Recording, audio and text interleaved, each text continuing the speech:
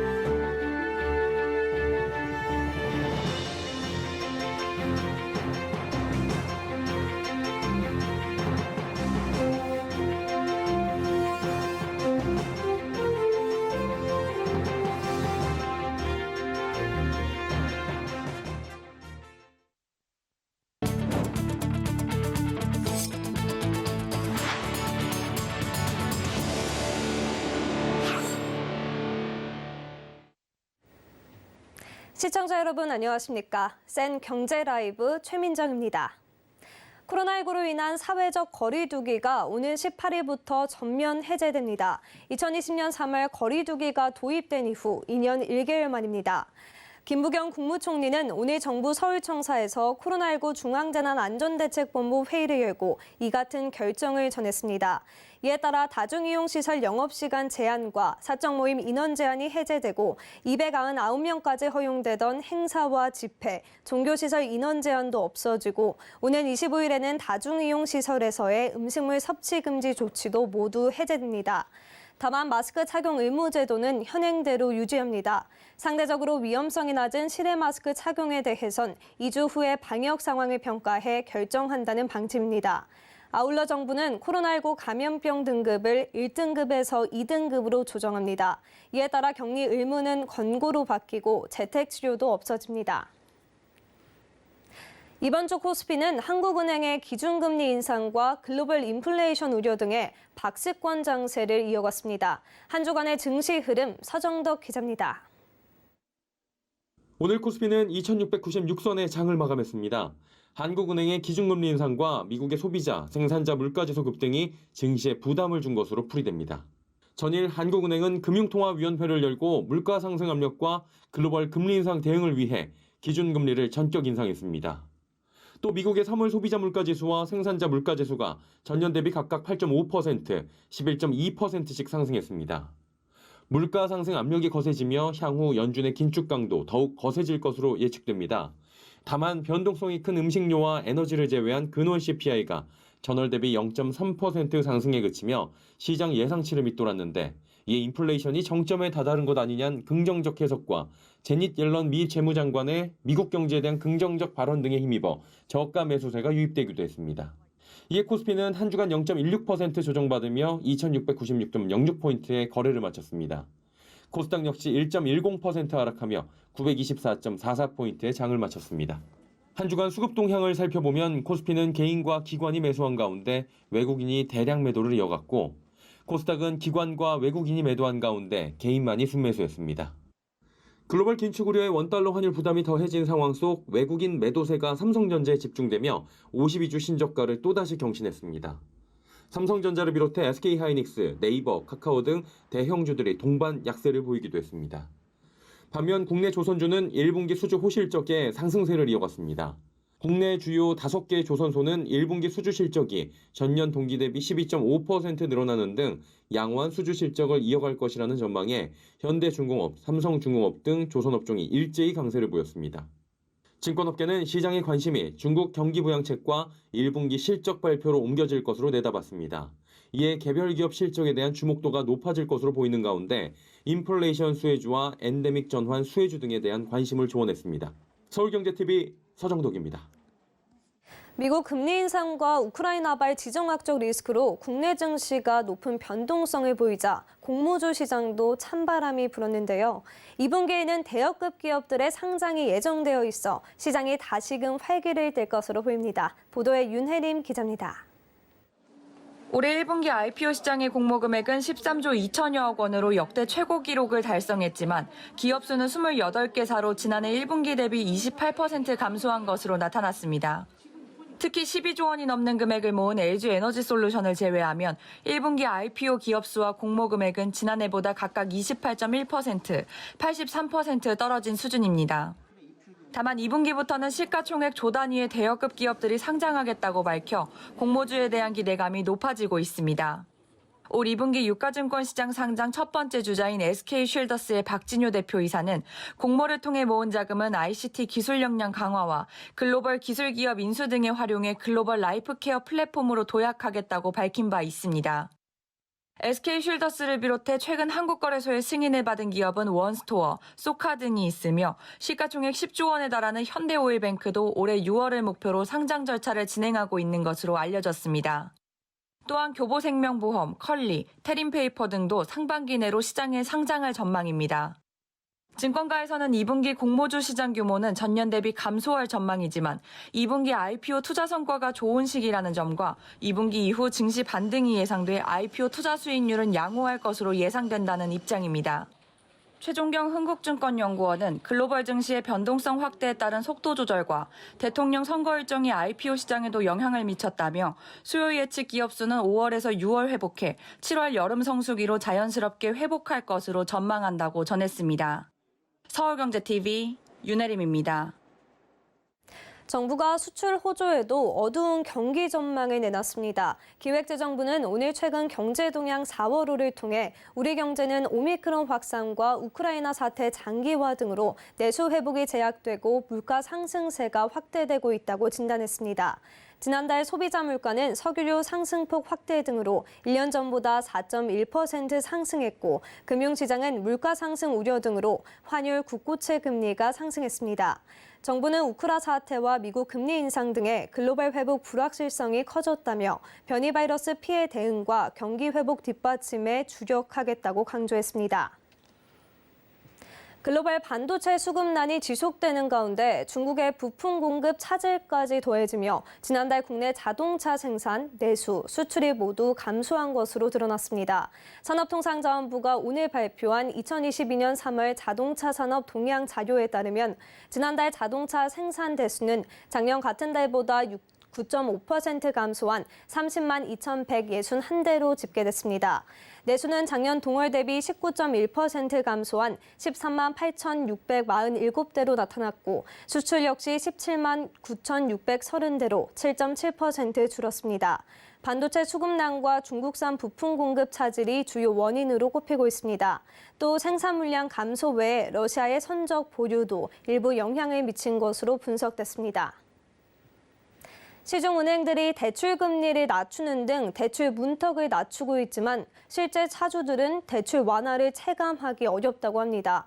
그동안 대출금리가 워낙 많이 오른 터라 조금 깎아준다 해도 체감하기 어렵다는 지적인데요. 보도에 윤다혜 기자입니다. 최근 은행들이 대출금리 인하 경쟁에 나서고 있습니다. 우리은행은 전날부터 신규 코픽스를 기준으로 한 비대면 전세자금 대출 상품과 우리 전세론의 금리를 0.20%포인트 내렸습니다. KB국민은행은 주택담보대출 혼합형 상품금리를 0.45%포인트, 변동금리 상품금리를 0.15%포인트 인하했습니다. KB전세자금대출과 KB주택전세자금대출도 각각 0.55%포인트, 0.25%포인트 낮췄습니다. 신한은행은 주담대금리를 0.10에서 0.20%포인트, NH농협은행은 0.30%포인트 인하했습니다. 은행들이 대출 수요가 줄어들자 가상금리를 낮추는 등 영업 확대에 나선 겁니다. 문제는 은행들의 대출금리 인하에도 정작 차주들의 체감 효과는 미미하다는 점입니다. 그동안 이뤄진 대출금리 상승폭이 커 대출자들의 이자 부담이 여전하기 때문입니다. 주담대 고정금리는 6% 중반대, 변동금리는 5%까지 올라섰습니다. 여기에 전날 기준금리가 인상되며 차주들의 빚부담은 더욱 늘어날 전망입니다. 대출금리가 기준금리 인상폭만큼만 올라도 전체 가계대출 이자는 3조 3천억 원가량 늘어나게 됩니다. 1인당 약 16만 원 수준으로 대출자들의 한숨은 깊어지고 있습니다. 서울경제TV 윤다입니다. 지난해 전 세계 반도체 매출이 700조 원을 돌파했습니다. 삼성전자는 2018년 이후 처음으로 글로벌 반도체 시장 1위를 탈환했는데요. SK 하이닉스도 3위를 지켰습니다. 보도에 정세미 기자입니다. 지난해 전 세계 반도체 매출이 사상 처음으로 700조 원을 돌파한 것으로 나타났습니다. 시장 조사업체 가트너는 오늘 글로벌 반도체 매출 최종 보고서를 발표했습니다. 지난해 반도체 매출은 약 730조 3,600억 원으로 전년보다 26% 넘게 늘어났습니다. 5G 스마트폰 출시와 물류 원자재 가격 인상으로 반도체 평균 판매 가격이 높아진 영향입니다. 이 중 삼성전자는 3년 만에 인텔을 제치고 세계 반도체 매출 1위 자리를 탈환했습니다. 삼성전자의 지난해 반도체 매출은 731억 9,700만 달러, 우리 돈으로 약 89조 규모입니다. 작년보다 28% 높아졌는데 시장 점유율 역시 12.3%로 커졌습니다. 반면 인텔은 매출 725억 3,600만 달러로 한 단계 내려앉았습니다. 매출이 같은 기간 0.3% 줄며 삼성전자와 인텔은 0.1%포인트의 점유율 차이를 보였습니다. SK 하이닉스는 6%가 넘는 점유율로 3위를 유지했습니다. 매출은 전년 대비 40% 넘게 급등하며 363억 5,200만 달러로 집계됐습니다. 다음으로 마이크론 테크놀로지와 퀄컴이 뒤를 이었는데 상위 10위권 내에선 AMD와 미디어텍이 60%가 넘는 성장률을 보였습니다. 서울경제TV 정세미입니다. 단군 이래 최대 재건축 사업인 둔촌주공 재건축공사가 결국 중단됐습니다. 양측의 입장이 평행선을 달리며 계약 해지 수순을 밟을 것으로 보입니다. 보도에 서청석 기자입니다. 서울 강남권 최대 재건축 현장인 둔촌주공 재건축공사가 오늘 0시부터 전면 중단됐습니다. 현재 공사 현장 내 모든 인력과 장비는 철수된 상태입니다. 공사비 증액 문제 등으로 갈등을 빚던 조합과 현대건설 등 시공단의 입장 차이가 좁혀지지 않으면서 절반 이상 공사가 진행된 12,032가구의 대단지 재건축 공사가 멈추게 된 겁니다. 둔촌주공 재건축 시공단은 입장문을 통해 공사 중단의 3가지 이유를 밝히고 이와 함께 조합원들의 빠른 입주를 위해 약 1조 7천억 원의 비용을 들여 외상 공사를 했지만 조합의 공사계약 변경 부정과 일반 분양 지연 등을 이유로 공사를 중단할 수밖에 없었다고 밝혔습니다. 외상 공사가 논란의 핵심인데 조합은 해당 계약은 해임된 전임 조합장이 임의대로 진행한 것이기 때문에 인정할 수 없다는 입장입니다. 공사 계약 변경 계약안에 대해서는 지금 유무효 논란 서로 입장 차이가 크거든요. 저희는 그것이 이제 무효다. 그래서 이제 동부지방법원에 무효 확인 소송을 제기해 놓은 상태고요. 공사 변경 계약을 하기 전 원안대로 한다면 둔촌주공 재건축 사업은 조합이 사업의 이익과 손실을 모두 부담하는 도급제가 아닌 지분제 계약이기 때문에 외상공사라는 말은 적합하지 않다는 주장입니다. 또한 공사 중단 사태와 관련해서도 시공단이 조합에 문제 사유가 있을 경우 계약 해지 통보 후 60일이 경과한 뒤에도 사유 해소가 안 됐을 때만 공사 중단이 가능한데 어떤 공지도 없었다는 게 조합의 주장입니다. 이에 조합은 공사 중단이 계약 해지를 선행하는 조건이냐는 문의를 2차례 시공단에 보냈지만 명확한 답변이 없었다는 설명입니다. 조합 관계자는 조합은 시공단과의 협상을 언제든 할 준비가 되어 있지만 시공단 측에서 협상을 하려는 의지가 없다며 공사 중단 사태가 10일 이상 지날 경우 14일 공고 이후 시공사 해지안 건을 부의할 것이라고 말했습니다. 서울경제TV 서청석입니다. 국내 항공사들이 다음 달부터 국제선 운항 확대를 앞두고 준비가 한창입니다. 하지만 해외여행 수요가 한꺼번에 몰리면서 항공권 가격도 치솟고 있는데요. 업계에선 정부의 국제선 운항 허가에 속도를 더 내주길 기대하는 모습입니다. 보도에 장민선 기자입니다. 다음 달부터 국제선 하늘길이 본격 열리면서 항공업계는 국제선 운항을 확대하고 있습니다. 해외 입국지 격리 면제 정책과 코로나19 사회적 거리 두기 해제와 함께 정부가 오는 5월부터 국제선 운항 정상화를 추진한다는 계획을 내놓으면서 해외여행에 대한 수요가 늘고 있기 때문입니다. 그러나 항공업계는 정부의 증편이 아쉽다는 반응입니다. 정부의 국제선 회복 발표에 따라 정기 항공편 허가가 대폭 증가할 줄 알았지만 막상 휴양지로 사람들이 많이 찾는 동남아 노선의 증편은 소폭 늘어나는 데 그쳤기 때문입니다. 여기에 그간 억눌려왔던 해외여행 수요가 한꺼번에 몰리며 체감 항공권 가격이 천정부지로 치솟고 있는 상황입니다.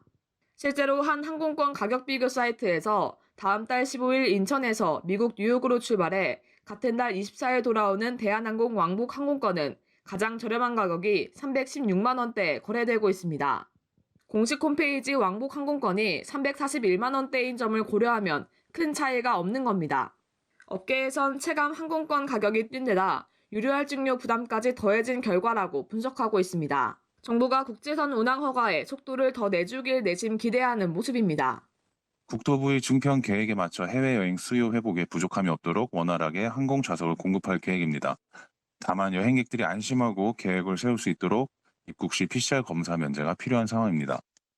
한편 정부는 11월에 코로나19 사태 이전의 50% 수준인 주 2,420회로 국제선 노선 운항을 늘린다는 계획입니다. 서울경제TV 장민선입니다.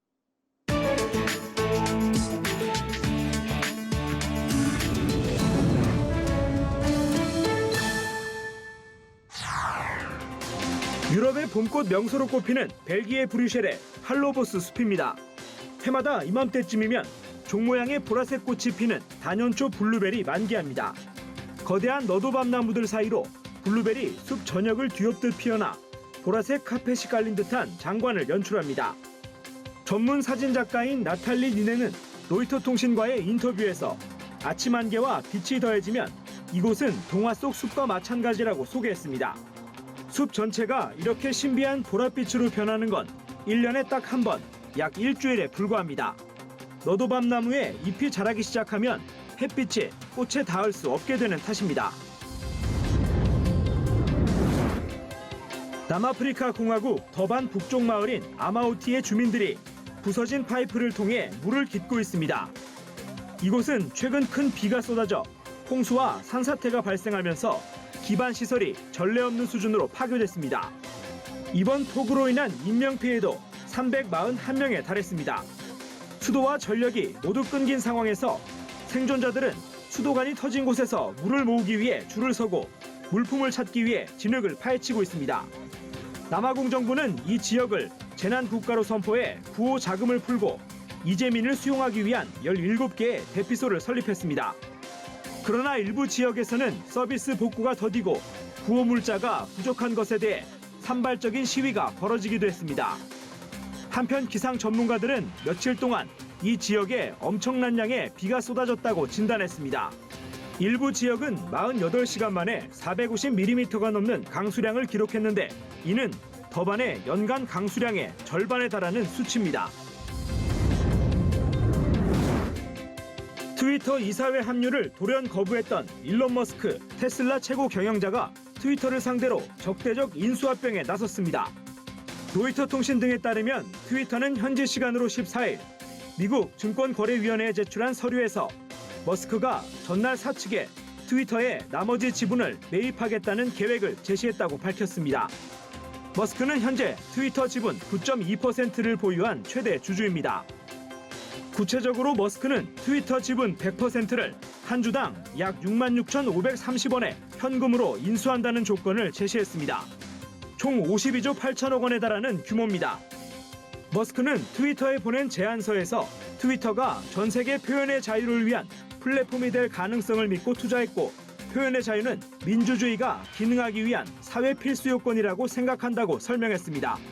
그러면서 트위터가 현재 형태로는 이러한 사회적 요건을 충족하지 못할 것이라는 걸 깨달았다며 트위터는 개인 기업으로 변화할 필요가 있다고 강조했습니다. 아울러 머스크는 내 제안은 최선이자 최종적인 것으로 만약 받아들여지지 않는다면 주주로서의 지위를 제고해야 할 것이라고 언급했습니다. 코카스파니엘 한 마리가 어린이들에게 둘러싸여 있습니다.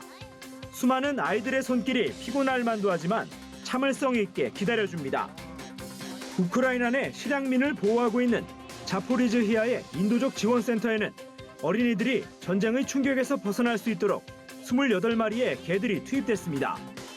이곳의 어린이들은 그림을 그리고 동요를 부르고 개와 놀며 불안한 마음을 진정시키고 있습니다.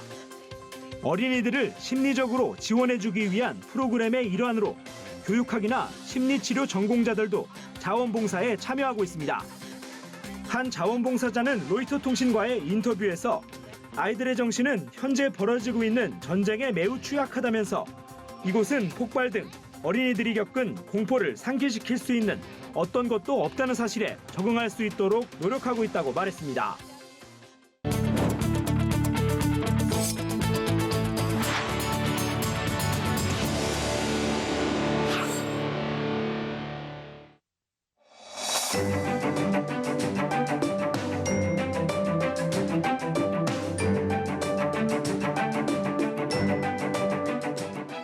안녕하세요. K웨더 라이프스타일 예보 신지수입니다. 주말과 휴일 전국에 구름만 지나면서 대체로 맑겠습니다. 또 날도 포근하겠는데요. 토요일 서울의 한낮 기온 19도, 일요일은 20도까지 오르겠습니다. 다만 아침에는 기온이 한 자릿수로 시작하는 만큼 큰 일교차에는 유의하셔야겠습니다. 위성 영상입니다. 대체로 맑은 가운데 퇴근길 무렵 경기 북동부와 강원 영서에는 한때 비가 조금 내리겠습니다. 양은 5mm 미만으로 적겠습니다. 내일은 서해상에 있는 고기압의 영향으로 전국 하늘 대체로 맑겠고요. 공기질도 보통 수준으로 깨끗하겠습니다. 다음은 자세한 지역별 날씨입니다. 중부지방 내일 아침 기온 서울과 청주가 7도로 시작해 낮에는 서울 19도, 청주 20도 보이겠습니다. 동해안 지방 속초와 강릉의 아침 기온 5도로 다소 서늘하겠고 한낮 기온은 18도 예상됩니다. 남부지방의 아침 기온 광주 8도, 대구 5도로 출발해 낮에는 21도까지 올라 일교차가 매우 크겠습니다. 물결은 전해상에서 최고 3.5에서 5m로 매우 높게 일겠고요. 동해안과 제주도 해안은 너울까지 유입될 것으로 보여서 주의가 필요하겠습니다. 당분간 평년 기온으로 이맘때 봄 날씨를 보이겠고요. 다음 주 월요일 강원도와 제주도에 비가 내리겠습니다. 날씨였습니다. 센 경제 라이브, 저희가 준비한 소식은 여기까지입니다. 시청해주신 여러분 고맙습니다.